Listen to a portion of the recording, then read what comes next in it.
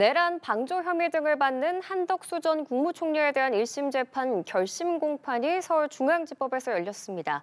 특검의 구형에 관심이 쏠리는데요. 현장에 나가 있는 취재기자 연결합니다. 이동훈 기자. 네, 한덕수 전 국무총리 내란 우두머리 방조 혐의 등의 재판의 결심 공판은 오전 10시부터 열렸습니다.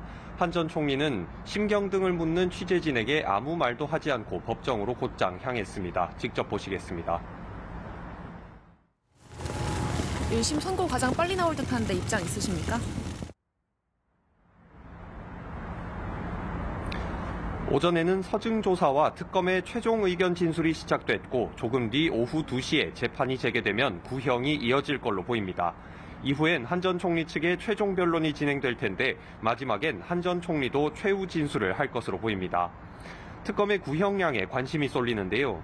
특검이 내란 관련 재판에서 구형을 하는 게 처음이기도 하고 이 사건에서 특검이 잡는 구형 기준이 김용현, 이상민 전 장관 등 다른 국무위원들에 대한 기준이 될 수도 있기 때문입니다. 특검은 한 전 총리가 윤석열 전 대통령의 자의적 권한 행사를 견제할 수 있는 국무회의 부의장의 의무를 다하지 않고 오히려 비상계엄을 방조했다고 보고 있습니다.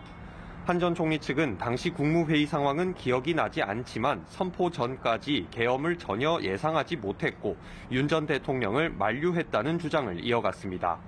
통상 구형 후 선고는 한두 달 정도가 걸리는데 재판부는 선고일을 내년 1월 21일 또는 28일로 언급한 바 있습니다. 네, 순직해병 특검은 고위공직자 범죄수사처의 사건 수사 방해 의혹과 관련해 오동훈 처장 등 지휘부를 재판에 넘겼죠. 네, 그렇습니다. 해병특검은 오동훈 공수처장을 포함해 전현직 간부 5명을 불구속 기소했습니다. 우선 특검은 지난해 공수처 처장과 차장을 대행하며 순직해병 수사 외압 사건 방해 의혹에 연루된 송창진, 김선규 전 부장검사를 직권남용 혐의로 기소했습니다. 특검은 송 전 부장검사는 지난해 6월 수사 외압 사건 수사팀에 대통령실, 국방부 장관 사무실 등에 대한 압수수색 영장 청구를 죄가 성립하지 않는 사안이라는 이유로 결재를 거부해 수사를 방해했다고 봤습니다. 또 김 전 부장검사는 지난해 2월 수사팀에게 총선 전까지 수사 대상자들에 대한 소환을 하지 말라는 취지로 수차례 지시했다고 봤습니다.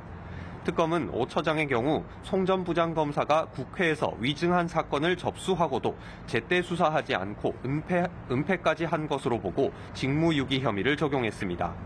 다만 재판에 넘겨진 공수처 전현직 간부들은 특검 수사의 사실관계가 모두 틀렸다는 입장인데요. 향후 재판에서는 사실관계를 두고 양측의 격렬한 공방이 오갈 걸로 보입니다. 네, 김건희 특검은 양평개발 특혜 의혹으로 국민의힘 김선교 의원을 소환했죠.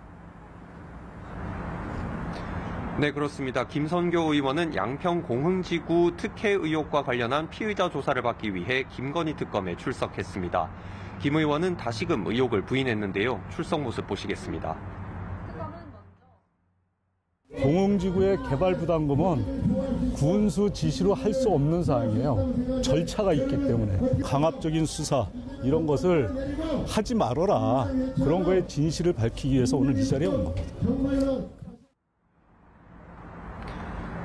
이번 소환은 지난 7월 압수수색 이후 약 4개월 만에 이뤄지는 건데요. 특검은 김건희 씨 일가가 2011년부터 2016년까지 벌인 양평군 소재 도시개발 사업에서 개발 부담금이 한 푼도 부과되지 않은 점을 주목하고 있습니다. 김 의원은 해당 사업 기간 중 양평 군수를 지내 특검은 특혜를 의심하며 김 의원에게 특가법상 국고손실 혐의를 적용했습니다. 특검은 김 의원을 상대로 개발 부담금 면제 이유와 사업 과정에서 특혜가 있었는지 등을 집중 추궁할 걸로 보입니다. 지금까지 서울고검에서 전해드렸습니다.